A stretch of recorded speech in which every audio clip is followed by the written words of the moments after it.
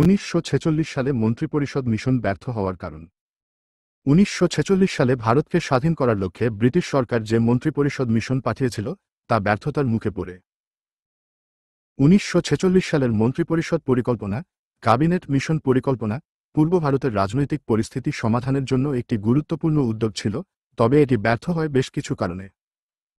নিচে সেই কারণগুলো উল্লেখ করা হল। কংগ্রেস ও মুসলিম লীগের মধ্যে গভীর বিভেদ। ভারতের দুটি প্রধান রাজনৈতিক দল কংগ্রেস ও মুসলিম লীগের মধ্যে স্বাধীন ভারতের ভবিষ্যৎ নিয়ে গভীর মতবিরোধ ছিল। কংগ্রেস একক ভারত চাইত, অন্যদিকে মুসলিম লীগ পৃথক মুসলিম রাষ্ট্র পাকিস্তান চাইত।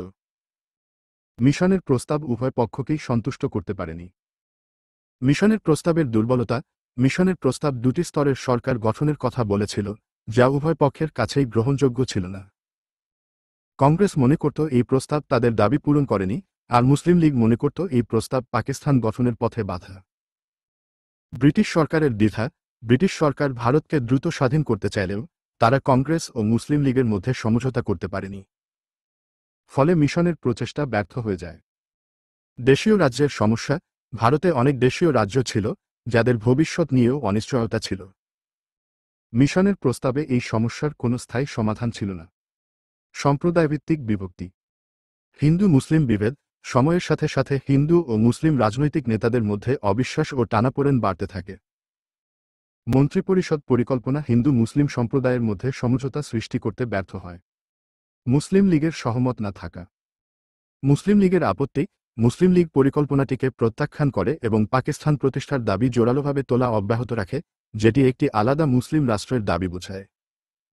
কংগ্রেসের অনিচ্ছা। কংগ্রেসের শর্তাবলী।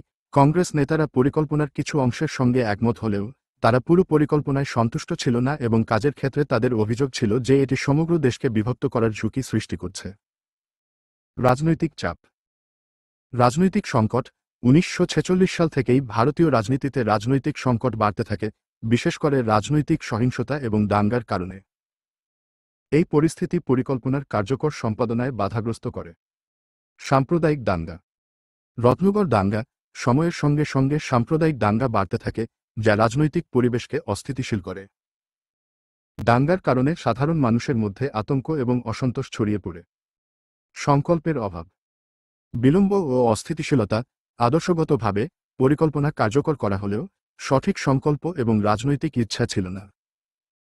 এর ফলে নানা পর্যায়ে কর্মকর্তারা পরিকল্পনার ধারাবাহিকতা নিশ্চিত করতে ব্যর্থ হন। আন্তর্জাতিক চাপ। বিশ্বযুদ্ধের প্রভাব। দ্বিতীয় মহাযুদ্ধের পর আন্তর্জাতিক মানচিত্র পরিবর্তিত হয়েছে, যা পূর্ব ভারতের রাজনৈতিক পরিস্থিতিকে আরও জটিল করে তোলে। 1946 সালের মন্ত্রিপরিষদ পরিকল্পনা, ক্যাবিনেট মিশন ব্যর্থ হওয়ার আরও কিছু কারণ নিম্নরূপ। আওয়ামী লীগের ভূমিকা। আওয়ামী লীগের চাপ।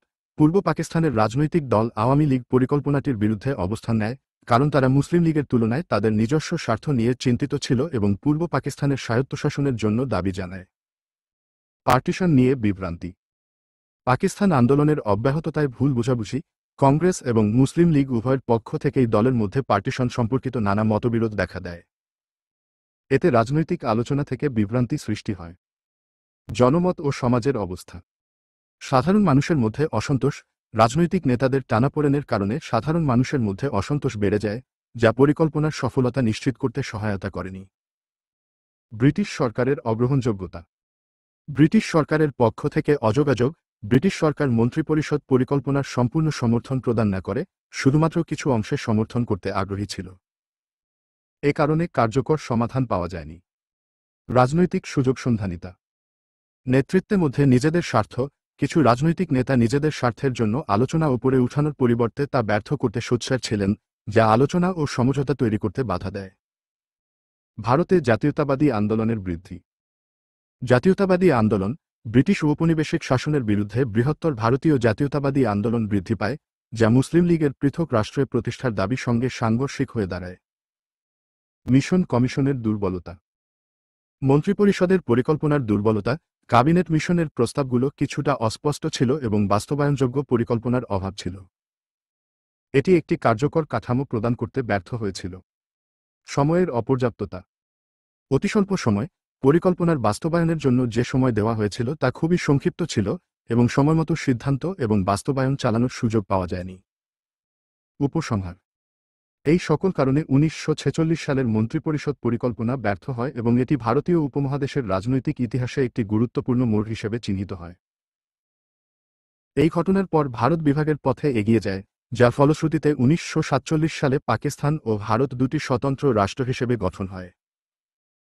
1946 সালের মন্ত্রিপরিষদ পরিকল্পনা ব্যর্থ হওয়ার ফলে ভারতবর্ষের রাজনৈতিক পরিস্থিতি আরও উত্তাল হয়ে ওঠে এবং এর ফলস্বরূপ দেশের পার্টিশন ঘটে, যা পাকিস্তান ও ভারত দুটি আলাদা রাষ্ট্র গঠনে নিয়ে যায়। এই ঘটনাগুলো ভারতীয় ইতিহাসে একটি যুগান্তকারী পরিবর্তন হিসেবে চিহ্নিত হয়। FOIAMCQ topic based model test for BCS, government jobs and university admission.